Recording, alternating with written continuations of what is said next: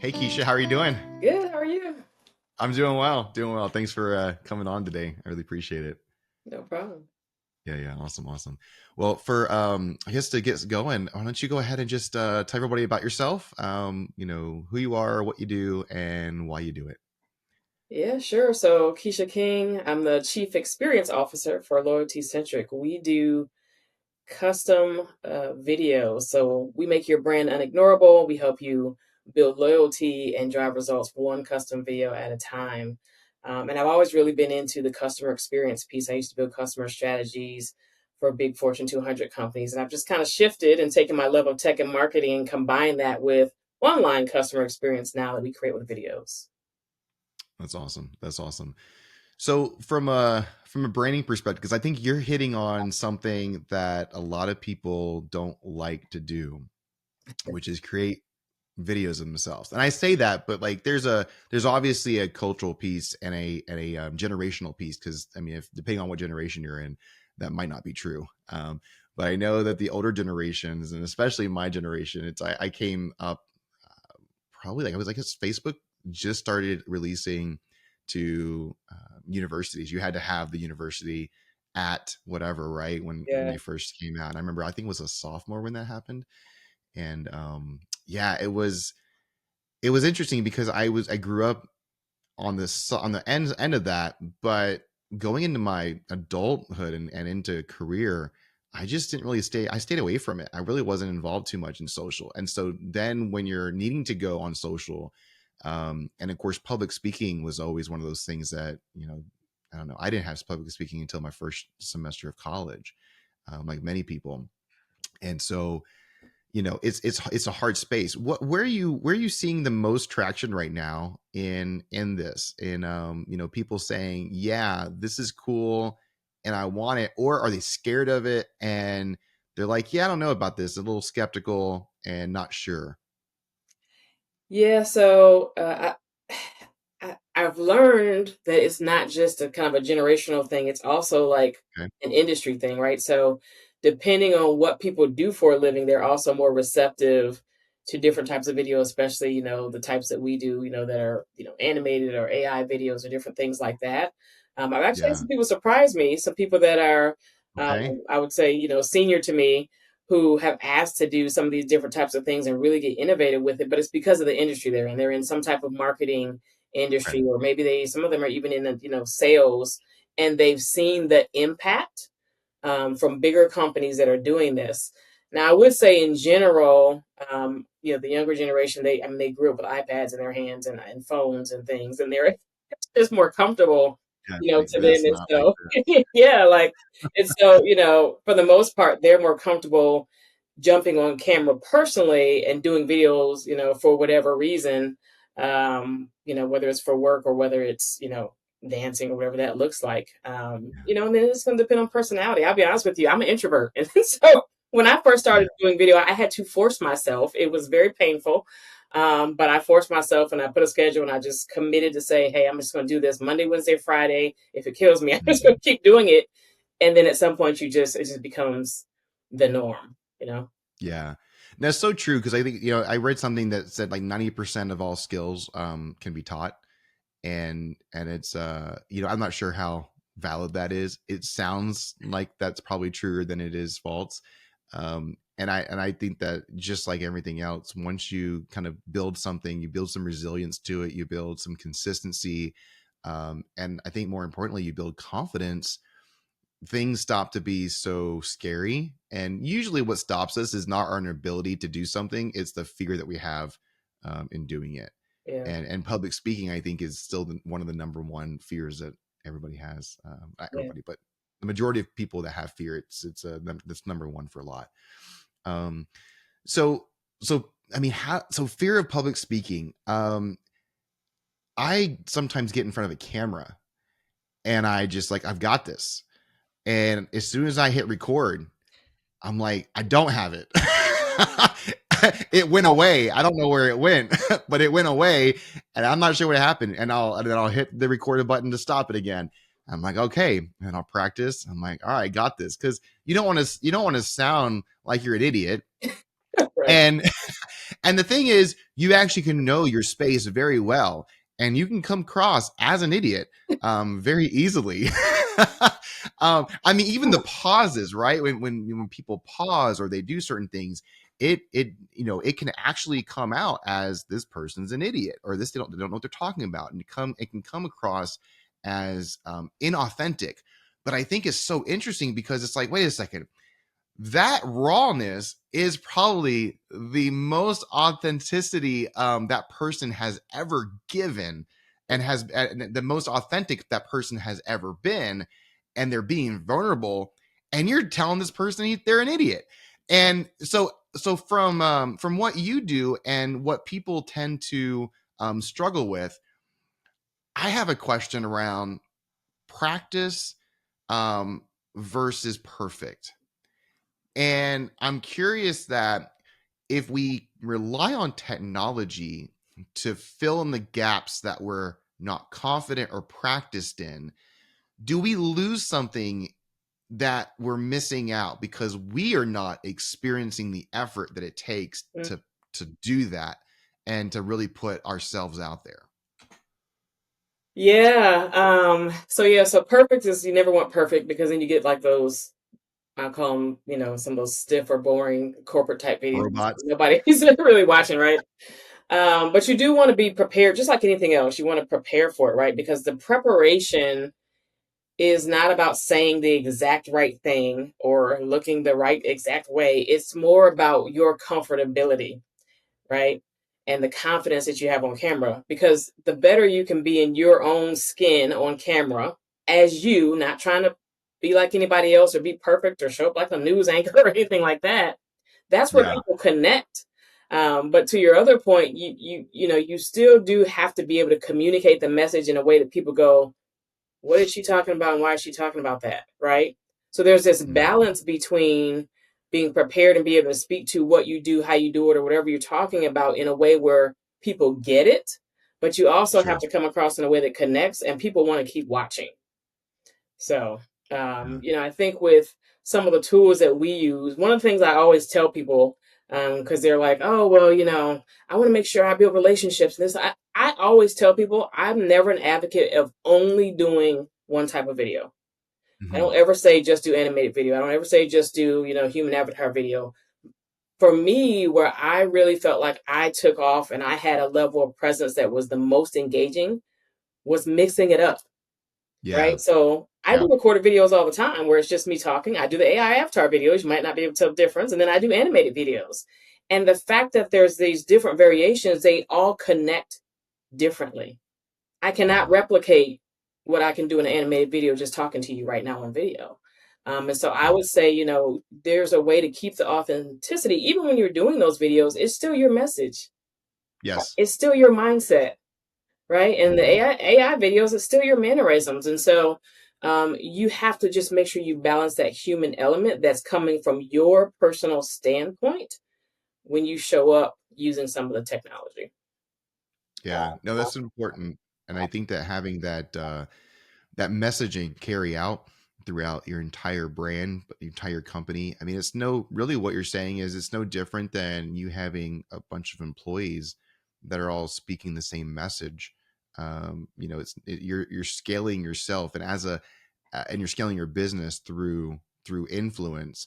And as a small business, that's hard to do when you don't have all those employees. And obviously you're pressed for time, resources, and so yeah. So when you talk about someone that's having concerns with, like, hey, how do I continue to be relevant, and how do I continue to be creative, is that something that's on them, or is that something that's kind of what you do, is to help them be strategic in how they're sourcing their creativity? Because that's a lot of work for somebody to do, regardless of who it is, if it's you, if it's them. Yeah. But I would argue that most people don't think about it the same way. They don't think about the market. I know when I started my business, I had to do a lot of research and time and writing to really kind of hone in. And I feel like I feel like you're always honing in your message. You're always kind of figuring, how you can adapt and be relevant, but also be on point with your overarching mission. um but that's important. There's a company, or I guess a company, but a book called Story Brand that was amazing. And it was tons of insights for me to kind of really hone in that message. What are ways that people can, whether they're coming to you or just trying to have that internal conversation with themselves, what are ways for them to kind of think a little bit differently about their brand, their message, how they're going to communicate to the world, and some of the steps they can take to do that? Yeah, I mean, I think one of the ways, the one that you mentioned, it's the continuous learning, right? And I even do that so that I can continue to help not just myself but other people. I'm not story brand certified, but I work with story brand certified, leaders. Oh, That that's awesome. I didn't know that. That's great. Yeah, I do. That's That are great. also in marketing, and so like that helps, right? And I think finding those different types of leaders to follow, whether they're on LinkedIn, whether they're podcasts, whether it's in books, so that you can educate yourself on and kind of just keep your juices going creatively around how you can show up authentically, but in a way that stands out from everybody else, right? So whether it's around your hooks, whether it's around how you communicate the message, whether it's around doing something in the video that just feels different. Because at some point, people see your talking head videos and you may have a great message, but it starts to just look the same where you just scroll on by. And so Hmm. really educating yourself and staying up on some of those different types of, leaders that have really honed in on the storytelling aspect and how you show up and the hooks and the titles, all those things. And one thing I think people don't do, and I mentioned it earlier, is really lean into learning around the customer experience piece, the psychology piece of it, the behavioral piece, because for me, that should inform your content no matter what kind of video that you're creating, because you serve people. And so the better informed you can be about that, and even collaborating with clients or your ideal audience around what those things look like, because it should be an experience that they have when Yeah. they engage with you in video, not just listening to what you're talking about.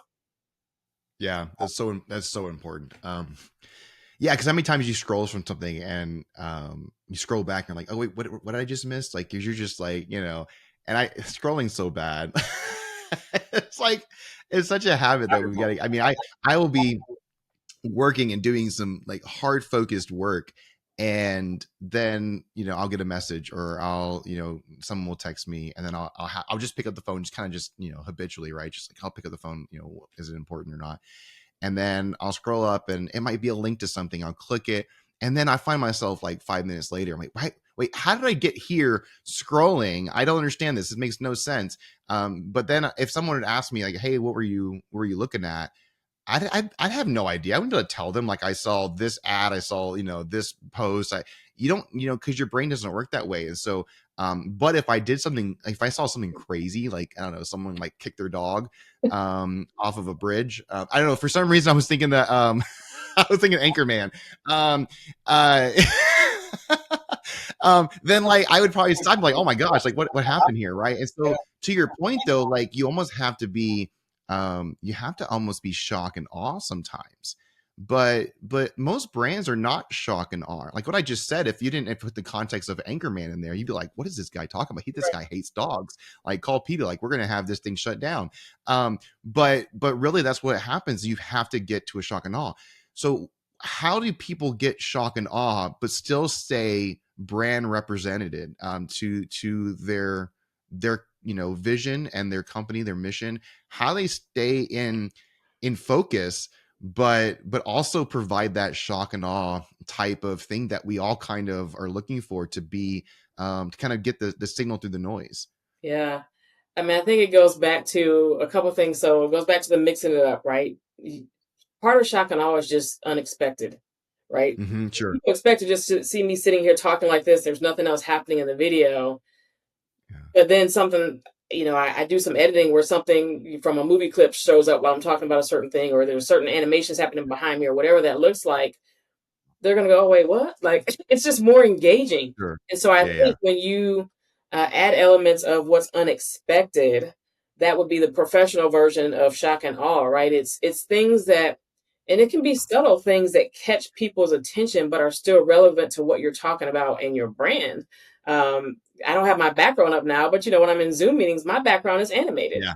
It's Yeah, I just like it. animated It's enough great. to catch your attention, right? And there's a character of me that's walking across my logo and across the show, and it does some different things, right? It's just enough to make people go, wait, what is happening in her background? But they're paying attention to my brand, right? But not too much Yeah, where it's like it's distracting from the whole meeting and it's sure. not professional, etc.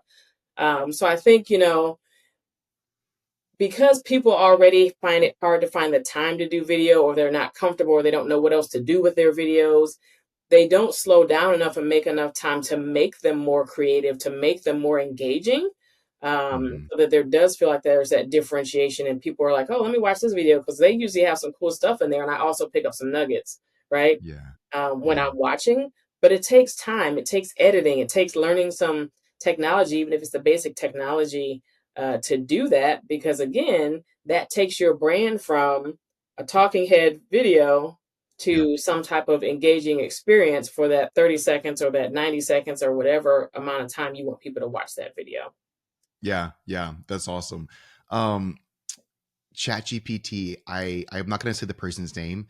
Met someone this last week that did not know what ChatGPT Oh, was. wow. That's, yeah. And I thought that was kind of interesting, right? Like I feel like at this point, this is like what, almost 2 years in, I think, right? We should like, yeah. And so I was also thinking, because of that, maybe we should take just a second and give someone that's maybe watching this, that has been living under a rock for a minute, a little bit of insights, exactly when we're talking about avatar, AI created Mm, videos, and that represent the clones. Like we're not talking about like Star Wars, Clone Wars, or anything. Like we're talking about yeah. some really interesting technology that's out there. But that, how does that, maybe like a 30,000 foot view, and kind of an elevator pitch of, if someone doesn't know what we're talking about, and at this point they're, I would imagine they're still not here, if they they might have left already, like what these people talking about. But this might be really good to just explain what avatar videos are, and maybe what they're not as well. Maybe that might be some good context.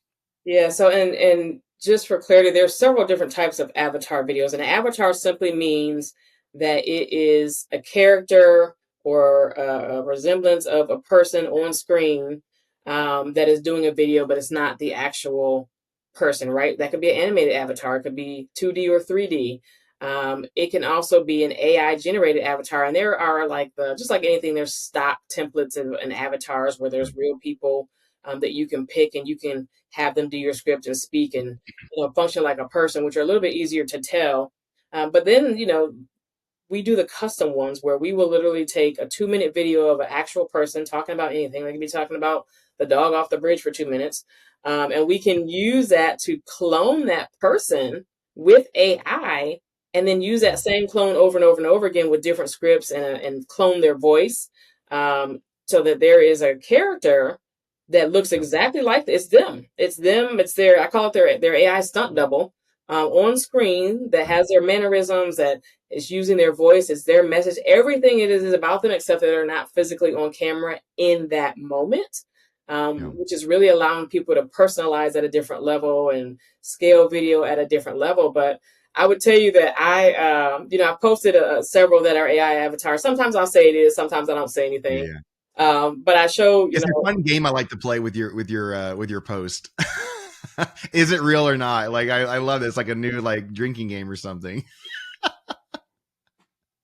family, my mom, my dad, my sister, my nieces, my son, and they're looking at me like, we see your videos all the time. Why are you showing me this? I'm like, because it's not me. And then That's they not look me. at me like I'm, a crazy person, because they can't even tell that it's not me, because it would look just like I look right now on this Yeah. video. Um, Are you real right now? Today I'm real. I'm real. But yeah, the ability to do that is crazy. And some people think it's weird, but I mean, movies have been doing stunt doubles for years, right? Yeah. From a safety perspective, we're just doing it from a business perspective in order to be able to have more presence, more engagement, and really scale what we're doing. Or if you don't like to be on camera, it's an awesome alternative. But you Yeah. always have to keep that human element that's informing the avatar, so that it still genuinely connects. Yeah, no, it's important. And I'm wondering, like, so the people that don't like to be in front of the camera, I've been a drummer for since I was 9 or 10. Played drums in different bands in college, at church and the worship group. I've played other instruments, but I like drums because I'm behind Oh, the drum set, and I'm kind of hidden in the back scene. I yeah, was like, I didn't like front stage was never my jam. And in business, I find myself having to be the front man, right? I mean, it's you're CEO, you're chief everything officer when you have your own business, and so you have to be you're wearing the sales hat, you're wearing the marketing hat. We talked about a little bit about the whole practicing and experience and going through some of um, those those things that are hard sometimes, but eventually become easier yeah, if someone is kind of outsourcing that experience, because that's what essentially they're kind of doing in a sense. And I don't mean this to be negative. I think this is actually super important for businesses to scale. And I love the what you're doing for your company. I love what the services and technology that's out there. But I'm curious on like what else can be done to make sure that when people are outsourcing that level of creative, that if I meet someone, because if I've never met someone, but I see their post, yeah. and all of a sudden I meet them, and all their posts are consistent, all their posts, seem genuine, and it's technically them because of it was cloned off of their mannerisms and their hands waving and etc. But then when I meet them, there's something not quite right because, well, what I know on the video is a 2 minute segment that gets scaled and not a 2 hour segment or a 2 year segment or and so I'm curious on like one, have you seen people struggle with the digital side of them versus the realistic side of them when it comes to how do you make sure that there's consistency between a digital and a real person when it comes to direct interaction with people? Yeah, so and that's part of, that's part of the consulting piece that we have with our clients is so when they give us a 2 minute video, and again it is just 2 minutes, but we want them to Sure. be their full real selves. How do you show up normally? Because we don't want Yeah. there to be a difference, just like you don't, you see somebody's LinkedIn profile and then you meet him, you're like, that's not you, or that was you like 3 Oh years yeah. ago, right? Yeah. You want there to be this seamless experience from online to offline. And so Hmm. we have that conversation, but then we also stay very connected to them, right? And so they're still informing, the content that their avatar is speaking. They're still informing that. We do a lot around understanding their brand, their culture, their history, their vision, their ideal audience, all of those things as we create video for them so that Yeah. there doesn't feel like there's this disconnect. We really do want to, again, I'll use the analogy of a movie, other than Tom Cruise who does his own stunts, but most people, you don't watch a movie and see a stunt double and be like, man, I feel like the movie kind of broke right there and then it came back when such and such came, but you don't feel that. Yeah, that's a good point. Yeah. Yeah. Right, Yeah. because they are so in tune with the personality of the actor and what's going on in the movie and what they're trying to create overall that they make sure there's consistency, which is kind of what we do when we're creating either the avatar or the animated videos, so that there isn't that big disconnect. There's a collaboration that's happening behind the scenes, so that it still shows up the same way, no matter if you're talking to them in person or you're watching their videos.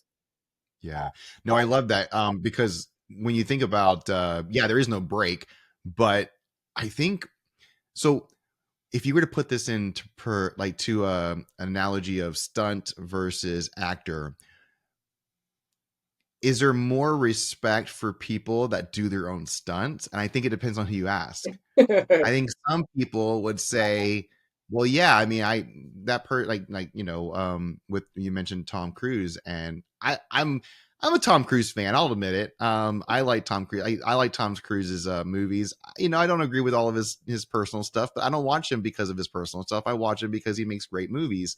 And he's one of the hardest workers on his movie sets. So I would say I love watching the behind the scenes stuff and the effort and the amount of work that he puts in. Um, Daniel Craig, he was doing a lot of his own stunts for the 007 series that he did, and I think he had a stunt double as well, but he did a lot of the stuff that was himself. And he said it was so hard. It was hard to do, and he didn't want to do it anymore. It was like a love hate relationship with the movies because of how much effort and like just hard on his body it was. Um, so there is that, like, everybody has their different take on it and their different perspective and what they feel comfortable with. um I don't know if it matters, and I don't know if there's a question here. I don't know if it matters, and I think it does. I think the people that it does matter to, um I think there's going to be a normalcy that you mentioned that eventually happens, where we just say, okay, well, yeah, before there were stunt doubles, I'd be curious on what people thought about that. Did people think like, oh man, why are they using a stunt double? Whereas now we just like, well, yeah, they use a stunt double, duh. Like, I wonder if that's going to be the case with this technology. Well, duh, they use this. Like, it's almost like, why would they not use it? And I think there are people out there, and I can 100% understand why they would think this way. Well, that's crazy to think that Tom Cruise does all of his stunts. Why would he do that? If he gets hurt, he's out of work. If he's, so there's elements of it that you're kind of like, okay, I can see it, but to what end and what is it? So I think it goes back down to, if you're if you know and it matters, then that's a whole different conversation than if you don't know and it doesn't matter. But I think everybody's had to make that choice. But I don't think 5 years from now, 2 years from now, Yeah. it's gonna matter. I don't think that most people are gonna be like, oh, well, they did this. I think if they're trying to push it, and I think that's where the privacy and the concerns of, like, is it an avatar, is it not? Because I think regulation is going to come in. There's a lot of things that, for instance, um, we talked a little bit about before the call about OmniHuman. OmniHuman is a deep seek kind of offset of where they figured out algorithms to take a picture, an image, and make it look very, very real, Yeah. very, very real. And I know that you're able to do the same things, but they're able to do it like in seconds, and they don't consider the intent. They're not considering the privacy. They're not considering the brand. They're not considering all the things that actually make that something of value. And I can imagine that, what happens if what if someone takes Kiesha and puts you on and I'll take an image and then I'm going to rebrand. So how do we protect that? So I think that's where I'm kind of going with this. And thank you for being patient with my thought process here, because I'm trying to figure out, when it comes to the privacy and how we protect our brand. I'd like you to speak to that, because I think that you're very qualified in your experience over the years of working with branding and strategy. How do people, in a world that can be literally mimicked off of a picture of you, and could really destroy somebody if they wanted to? They could put something out there in the world Yeah. that could literally destroy you, and it's not you. You're not saying it. How do people combat that, and what's some of the things that they can do to make sure that their brand is on point? And maybe that speaks to why having a brand is so important in the first place. Yeah, that speaks to consistency of your brand, not just your professional brand, but your personal brand and how you show up, right? Because that part is, when it's not by permission, that part is hard to mimic. And so Mm-hmm. yeah, so for me, that's a whole different ball game of, potentially taking the likeness of someone without their permission and using it for something that's not to their benefit, right? Like, to me, Yeah. that's a whole different ball game, and it's hard to defend against, because at the end of the day, they're just using photos. There's photos all over the internet. They get a photo of you from anywhere. Yeah, it's Your true. company website, your brochures, social media, etc. They can get that, but to your point, they cannot replicate personal brand or professional brand. And for us, we stay in the lane of, like I said, it's a very tight collaboration. We get permission first. We don't use it for anything other than what we've been given permission for.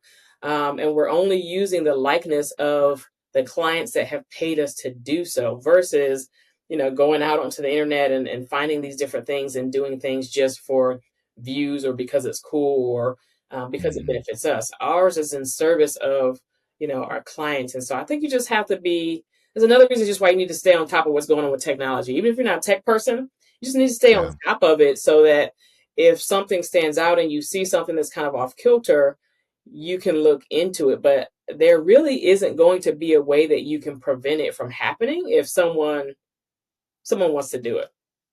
Yeah. And I feel like you can't prevent it from happening, but you can prevent the impact of it after it happens. And I Yeah. think the way you can do that is to work with companies like yourself, right? To get as much content of you Mm, that has strategy, that has brand, that has your mission and values in every single piece of the content that's out there.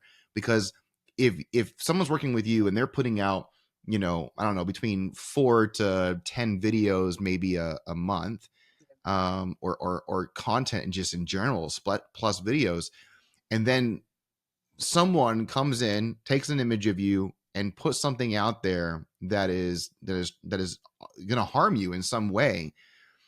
I think the way that you combat that is because of all the work you've done, because no one's going to see that and, like, man, that doesn't seem like something that Christopher would say. That doesn't seem like something Kiesha would. I don't. Let me message her. Let me figure out what's going on here. exactly. But if you don't put that content out there and you don't put your brand, you don't put your image out there that's rooted in what you actually believe, then it's going to be easy for anybody to come out there and say what is true, because you haven't given them other reason to not. And so I think that people that are not promoting themselves, putting a brand behind themselves, I think those are the ones that actually are going to be more tied to the potential harm that can come from these new technologies. So yeah, I think it's super important. That is such a good point, and one that I've a perspective that I don't hear very often. But you're so right. The more consistent you are, the more presence you actually have, Mm, the easier it will be able, not just for you but other people, to tell that something's off. It's kind of like when somebody yeah, hijacks your Facebook page, right? Like people are like, that don't sound like something she was, like you said, something she would say, or she doesn't post stuff like that. And then yeah, they alert you, right? But it's the same thought process yeah, in the world of avatar, videos and marketing. So yeah, yeah. It's something that I think that people don't think about. I think companies think about, but individual and smaller companies I think a lot less of, just because they're in their business, they're working, they're operating it, they're trying to get things done. They're trying to build, or sometimes just survive. I get it. But yeah, it's a piece of I think it's a piece of business that has to happen, especially moving forward. It's just going to be the norm, that it's just part of what you do. I think websites are becoming less and less of a thing. Typically, people go to websites now to just like validate that you're a real business and that you've got some stuff. But it's building that relationship. People do work and business with people they know, and how they know you is through your content. So um, yeah, so true. So where do you feel like, I mean, 2025 is going to be a crazy year for AI in general. I mean, it's February and we're already seeing, like, with DeepSeek, with OmniHuman, like it's wild. ChatGPT just released their research module, which is, I tried it out. It's amazing. I'm waiting for it to be completely fully released on the Plus platform. Anthropic's doing some really amazing things as well. In your space and in the just content creation in general, but like especially with video, what are you excited about, and what are you maybe cautious about this year that's on your radar? well, I'm excited about the level of personalization that you can create with all of the new technology and tools that are out there, right? So, personalization has always been kind of a game changer when you think about experience, engagement, shortening the sales cycle, Yep. all of those different things. And, as an example, imagine your AI avatar being sent out, as it's email or it's LinkedIn or whatever it is, and the video of you is personalized to that person's name, is personalized to their company and something relevant to them. Yeah, Like that's awesome. that takes it. That's beyond just, hey, I left you an audio message. That's beyond just, I posted a video, that I normally post in my messages for, LinkedIn or whatever that looks like, or in emails. the personalization of it so that people really feel like you took the time to at least understand what's important to them, who they are when you're connecting as an outreach. That kind of stuff is Mhm. exciting to me because again, it goes back to, how do you really step up your game and differentiate with the experience piece online. So I'm excited about, the different ways that you can do that that you haven't been able to do that before. It's probably the main thing I'm excited about. And then being able to do it at scale in a way that's still genuine and emotionally connects. Because, people expect more video. 90% plus of people want more video from brands, but they're not getting as much as they want. But it's hard to do. Yeah. It takes time, takes money, depending on how you're doing it. And it requires you to be on video if you don't have another option. And Yeah. so I'm excited about those things. Hesitant about the stuff you just talked about, right? Like the people who are not using the tools ethically, and then Mhm. also the people who don't get the element of the balance between AI optimization and humanization of what they're doing and how they balance that. Yeah. The ones who are not taking the time, I don't think it's important to bring the customer along on the journey, even as they inform their strategy overall and their content. Those kind of things are concerning to me as we move forward. Yeah. No, that makes sense. Yeah, it's just, I mean, who knows what's going to happen, right? I mean, it's going to be an interesting year that I think everything's going to play out, and it'll be fun. I'm curious on one of the things you said about just more video and personalizations. I don't know, my mind kind of went to internalizing um, the marketing for companies. So larger companies that want to do team building, leadership development, having build out more relationships with the people that they work. I would also make a bet that there's probably a huge need, but also a great solution for this to be somehow integrated into larger organizations where you could, company messaging. And I can't tell you how many times I came from corporate enterprise level companies before I started my own firm, and the amount of messaging that I received from top down, and even in my own teams, to give personalized messaging took so much effort. And then when you have the message from the CEO, it always was like really, like, you might find one little nugget in there that's like, oh, okay, that's kind of what I had to do. But can you imagine if a CEO could put a message out to their team and it would be customized to the work that they're doing specifically to impact the organization? 85% of companies, of employees that work at companies, do not know the vision and the mission of their company. That is crazy. And so, I always tell people that you don't want, like, selfishness is good if you can use it within a company. Or we talk about, I need to be selfless and it's a team effort.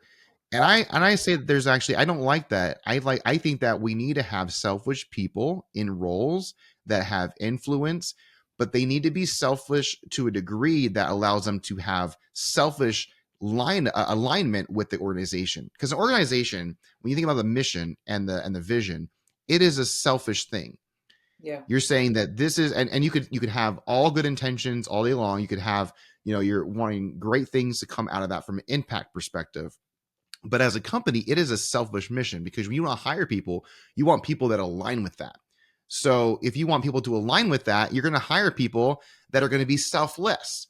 But then if they're selfless and they're not motivated to be selfish, then you're going to lose them somewhere in the mix. And so if we can have alignment between individual selfishness, and we can align that with the company's selfishness, then we actually give room for selfless acts to happen. And Yeah. how we do that is through communication. And how we do that is through relevancy. And how we do that is through a lot of things like, just appreciation and acknowledgement that, wow, you're doing a great job. And this is how you contribute to the organization. And CEO messaging does not do that today. It is very broad. It has to be when you're talking to, 100, 1,000, 100,000 employees. You can't put a message that is going to speak to everybody individually. But through technology, you could. Yeah. And I think that I don't know, I think there's something here, at least in my mind, that I'm seeing that could be a really game changer for internal marketing and internal communication using these type of technologies within companies. I don't know. Am I drinking my own Kool-Aid here? Or what's your thoughts on that? Because you come from a large background in employees as well and whatnot. Yeah, no, I agree with that. I mean, people, it's easy to get, especially at certain levels, it's easy to kind of get lost in the mix. And even if they do know what the company mission and vision are, they don't always understand how their role Sure. enables it, right? um, and and if people feel more connected to the brand overall, which includes some of the upper leaders, and they feel like 100%. somebody actually cares more than just whatever job they're doing and then clocking in, clocking Yep. out, or whatever it is, they Yep. are more likely to um, they're more likely to like innovate and have loyalty to the brand and help the brand grow in a way that the brand may not have seen that they even could do before. And so, yeah, that level of communication could enable a lot of those things, and just by just shifting the mindset of people because of the way they're building the relationships with them. Yeah. Yeah. 100%. So we're kind of getting close to wrapping this up, and I wanted to start something this year, a little bit different on closing. I wanted to ask a question, and start asking this question to other people that I have on as well. And the question is, if you could give some advice or some insights on how can people make better decisions. Well, I'm going to go back to just the way I talk all the time. Go ahead. For me, from a business perspective, making better decisions is giving customers a seat at the table proactively versus reactively. We do a lot with reviews and things like that, but really, understanding their experience, their thought process and behavior and all those things ahead of time to inform strategy overall, to inform content, etc., to inform the way we pivot and do business and serve them. Um, I think that's the best way to make better decisions long term. Yeah, that's awesome. That's awesome. Kiesha, you've been awesome today. This has been a great conversation. I feel like we could have gone at least another 30 minutes or an hour, but no, it was great. Thank you so much for being a guest on, and yeah, we'll have to do this again sometime. Sounds good. Thank you for having me. Awesome. Thanks so much. Take care.